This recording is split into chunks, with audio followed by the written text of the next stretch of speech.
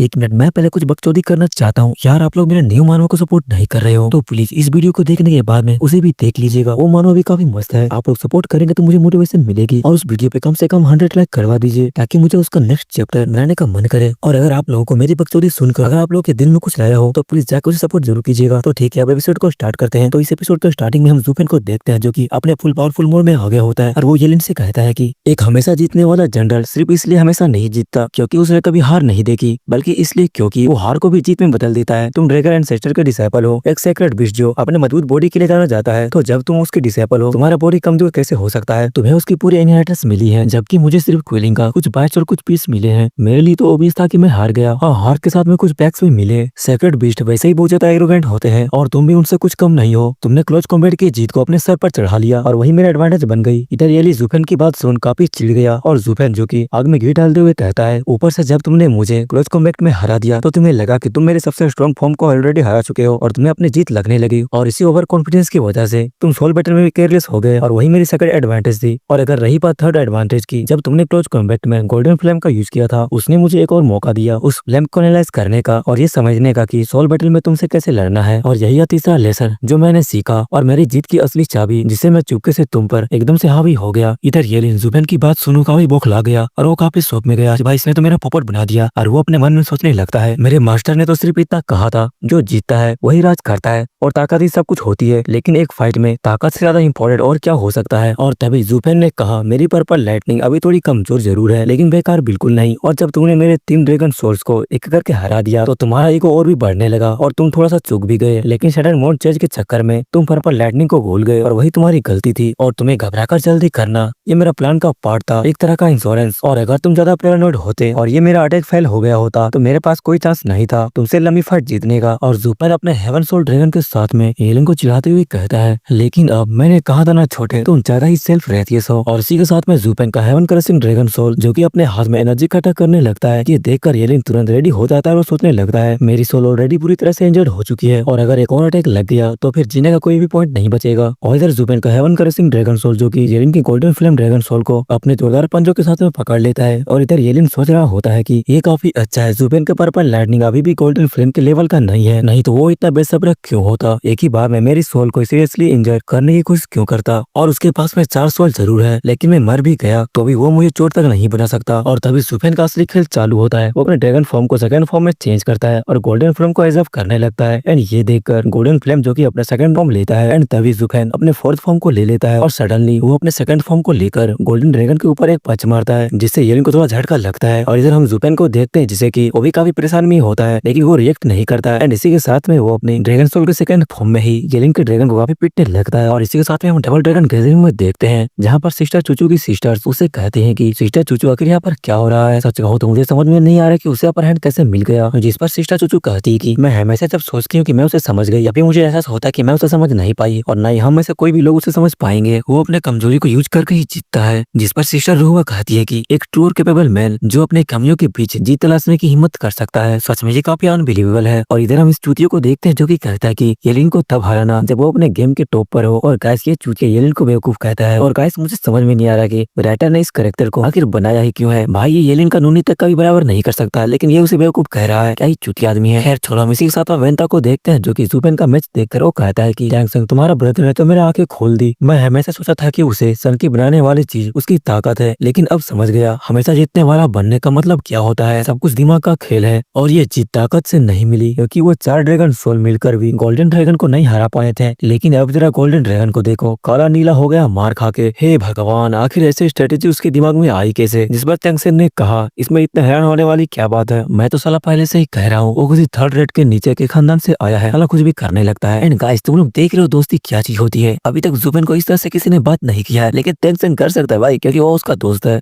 और जिसके बाद में तेंगसेन ज़ुफेन के बारे में बताने लगता है कि वो थर्ड रेट के सबसे गरीब खानदान से आया लेकिन सिर्फ 10 साल में उसने अपने थर्ड रेट क्लैन को एम्पायर का रूलर बना दिया। और ये सिर्फ हिम्मत का खेल नहीं था, वो हमेशा खतरे में था दूसरी पावर्स के साथ चुपके प्लानिंग करते हुए। और अगर एक भी गलत मूव होता तो सब कुछ खत्म हो जाता। और रास्ते में उसने खींचने ही बुजुर्ग लोमड़ी जैसे चारों लोगों से भी निपटा है। और तेंगसेन की बात सुन एलिन थोड़ा हैरान होता है और फिर तेंगसेन बताता है कि सीनियर ब्रदर तुम तो खुद ही जानते हो कि एक किंगडम में ताकत के लिए जंग कैसे होती है और वो कितनी क्रूअल होती है। ये किसी सेक्ट के बीच होने वाला कॉम्पिटिशन जैसा सिंपल बिल्कुल नहीं होता और उसने तो 3 सबसे बड़े दिमाग भी अपने अंडर कर लिए। यही साबित करता है कि उसका दिमाग सबसे अलग लेवल का है। ये लिंक चाहे कितना भी जीनियस हो और उससे ज्यादा स्ट्रॉन्ग भी हो, लेकिन स्कैमिंग के मामले में कोई सेक्ट या कोई यंग मास्टर उसके सामने टिक नहीं सकता। जिस पर वेंताव कहता है कि इसका मतलब वो हमेशा से ही एक बड़ी चाल चल रहा था। लेकिन चाहे कुछ भी हो, हर इंसान वही करता है जिसमें उससे ज्यादा एक्सपर्ट होता है। मुझे अभी यकीन नहीं होता कि उसने क्लोज कॉम्बैट में जीतने के लिए कोई स्क्रम नहीं बनाई और बस सोल बैटल का इंतजार करता रहा जब सबकी सोच बाहर आएंगी। ऐसी हिम्मत देखकर तो मेरा भी रिस्पेक्ट बन गया उसके लिए। आखिर यहाँ पर कौन ही होगा जिसे खुद पर इतना कॉन्फिडेंस होगा। और इसी के साथ में हम इन दोनों एक स्लो यहाँ तक कि हम ड्रैगन पर्सन को देखते हैं जो कि एक साथ कहते हैं बस वही एक रास्ता था और उसने उसी पर पूरा भरोसा किया। क्या दिमाग, क्या हिम्मत है उसमें। और जिसके बाद ड्रैगन पर्सन कहता है कि एक बहुत ही खतरनाक टैक्टिक है, जब बैटल फील्ड में एक जगह पर सबसे ज्यादा स्ट्रॉन्ग डिफेंस होती है तो वही जगह लोग लास्ट एक्सपेक्ट समझ कर इग्नोर कर देते हैं।